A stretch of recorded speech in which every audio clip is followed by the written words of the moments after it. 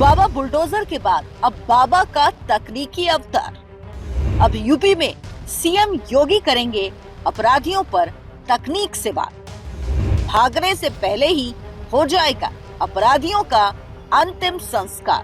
एक जगह से सब कुछ वहीं से उसको पता ही नहीं लगेगा, लेकिन अगले चौराहे पर इससे पहले कि कुछ हो तब तक राम नाम सत्य है की बात सामने आ जाएगी। सीएम योगी ने मगहर में संत कबीर की समाधि से अपराधियों को ये चेतावनी दी।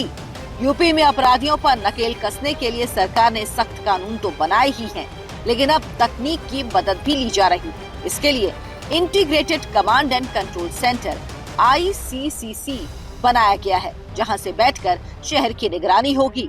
इस सेंटर को आर्टिफिशियल इंटेलिजेंस के साथ लिंक करके यूपी की सरकार अब अपराध के खिलाफ फुल फॉर्म में एक्शन लेगी। यूपी में एक समय वो भी था जब कानून व्यवस्था को लेकर सवाल खड़े होते थे।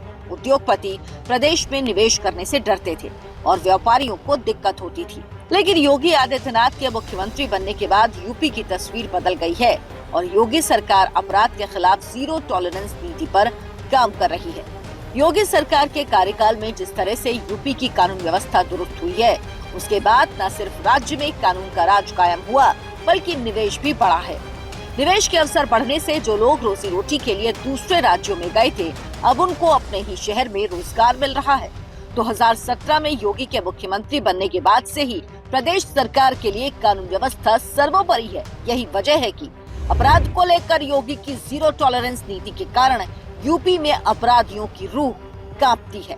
अवैध कब्जा करने वाले अपराधियों के घर पर बुलडोजर का दमखम दिखा।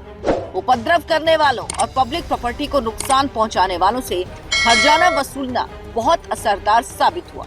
इसका नतीजा है कि प्रदेश में अब उपद्रव की घटनाएं कम होने लगी हैं। इसके अलावा सरकार ने 63,000 से ज्यादा अपराधियों के खिलाफ गैंगस्टर एक्ट के तहत कार्रवाई की। अपराधियों की 124 अरब 4 करोड़ 18 लाख की संपत्ति भी जब्त हुई। 836 अपराधियों के खिलाफ NSA के तहत कार्रवाई हुई। अवैध तरीके से कमाई हुई 2,827 करोड़ की संपत्ति को भी योगी सरकार ने जब्त किया।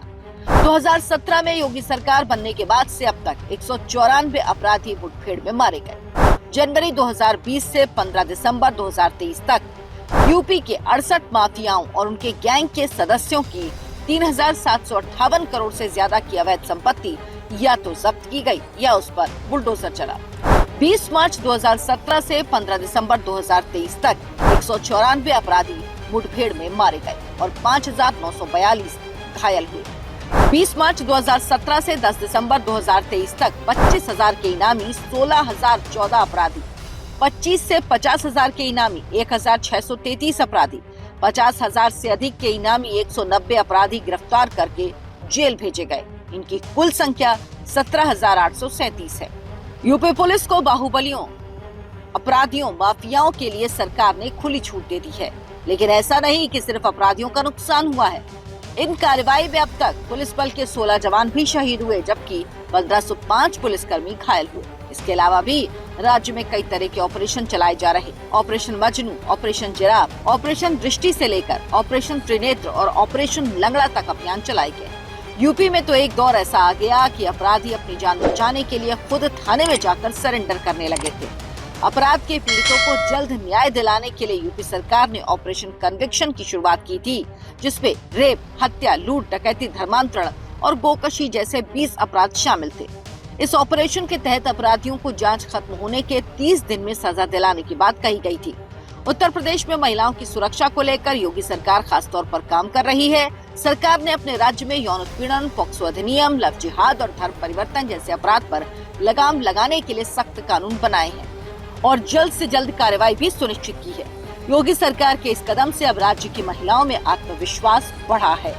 योगी आदित्यनाथ अपराध और अपराधियों के खिलाफ किसी भी तरह की रियायत के मूड में नहीं है। योगी अपराधियों को चेतावनी भी दे चुके हैं, या तो अपराध छोड़ दो या उत्तर प्रदेश, और इसका असर भी प्रदेश में दिखाई दे रहा है। खबर और खबर के पीछे के सत्य और तथ्य को जानने के लिए आप हमारे चैनल एऑन भारत को सब्सक्राइब कर लें। वीडियो को लाइक और शेयर जरूर करें। धन्यवाद।